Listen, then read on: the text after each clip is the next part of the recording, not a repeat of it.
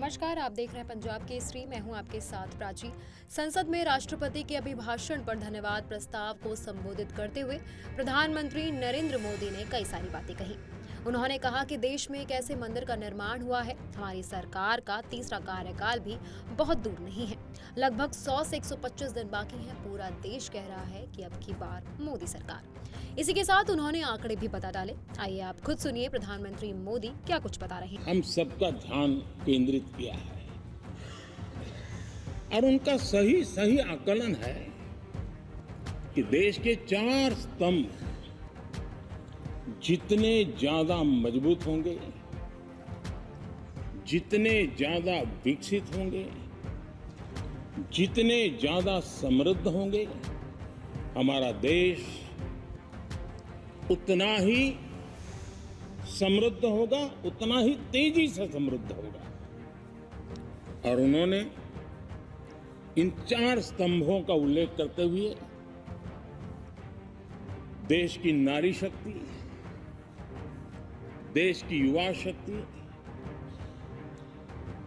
देश के हमारे गरीब भाई बहन और देश के हमारे किसान, हमारे मछुआरे, हमारे पशुपालक, उनकी चर्चा की है। इनके सशक्तिकरण के माध्यम से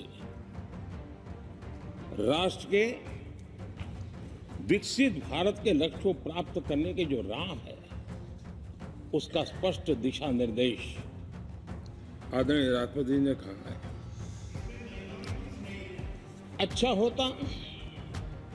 हो सकता है आपके यहाँ फिशरमैन माइनॉरिटी के ना हो सकता है आपके यहाँ पशुपालक माइनॉरिटी के ना हो सकता है किसान आपके यहाँ माइनॉरिटी के ना हो सकता है महिलाएं आपके यहाँ माइनॉरिटी में ना हो सकता है कि आपके यहाँ युवा में माइनॉरिटी। क्या हो गया है दादा? क्या देश के युवा जी की बात होती है? समाज के सब वर्ग नहीं होते हैं?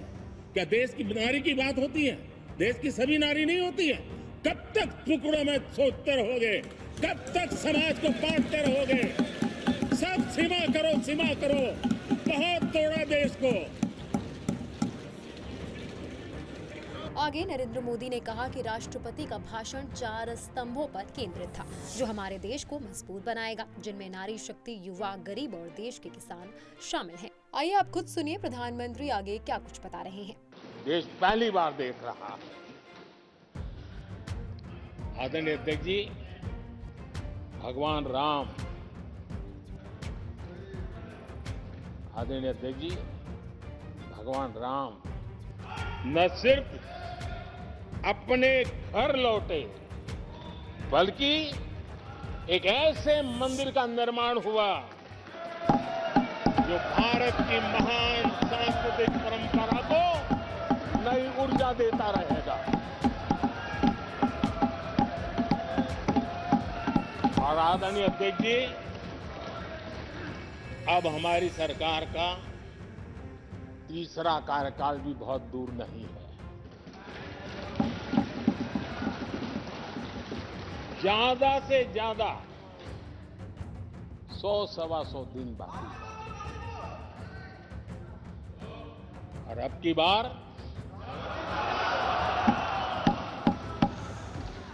पूरा देश कह रहा है, अब की बार खड़गे जी भी कह रहे हैं।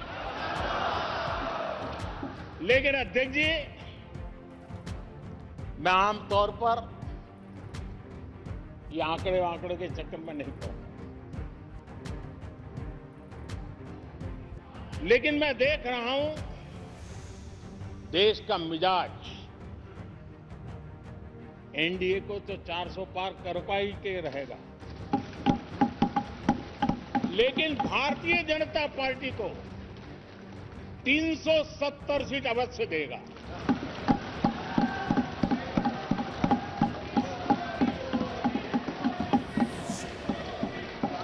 बीजेपी को 370 सीट और एनडीए को 400 पार।